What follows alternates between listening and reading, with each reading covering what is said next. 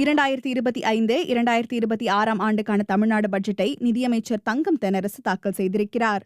அடுத்த ஆண்டு தமிழ்நாட்டில் சட்டப்பேரவை தேர்தல் நடைபெற இருக்கும் சூழலில் தற்போதைய அரசின் முழுமையான கடைசி பட்ஜெட் இது என்பதால் எதிர்பார்ப்பு சற்று அதிகமாகவே இருந்தது.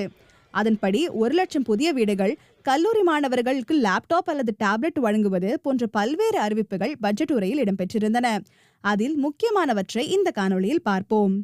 மும்மொழி கொள்கை விவகாரம் தற்போது பேசுபொருளாக உள்ள நிலையில் தமிழ்நாடு அரசின் பட்ஜெட்டில் தமிழ்மொழி தொடர்பாக பல்வேறு அறிவிப்புகள் இடம்பெற்றிருந்தன. திருக்குறளை 45 புதிய மொழிகளில் மொழிபெயர்க்க 1,33 லட்சம் ரூபாய் ஒதுக்கப்படும்.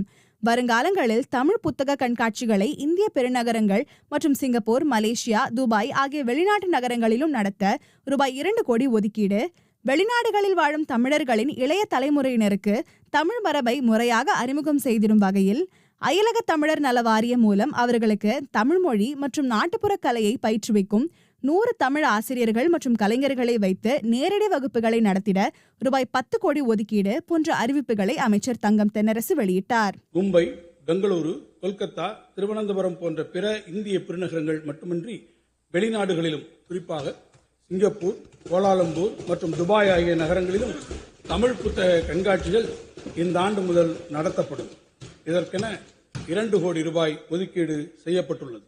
தொல்லியல் துறை சார்ந்த முக்கிய அறிவிப்புகளும் இந்த பட்ஜெட்டில் இடம்பெற்றிருந்தன.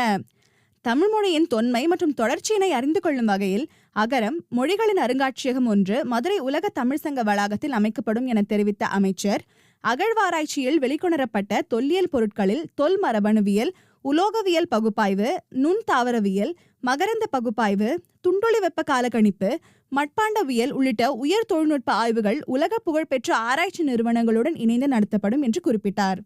தென்கிழக்கு ஆசியா, மத்திய தரைக்கடல் பகுதி, அரேபியர்கள் மற்றும் ரோமர்களுடன் தமிழர்கள் கடல்வழி வணிகம் கொண்டதை கண்டறியும் விதமாக தமிழ்நாட்டில் ஆழ்கடல் ஆய்வுகள் நடத்தப்படும் என்றும் பட்ஜெட்டில் தெரிவிக்கப்பட்டுள்ளது.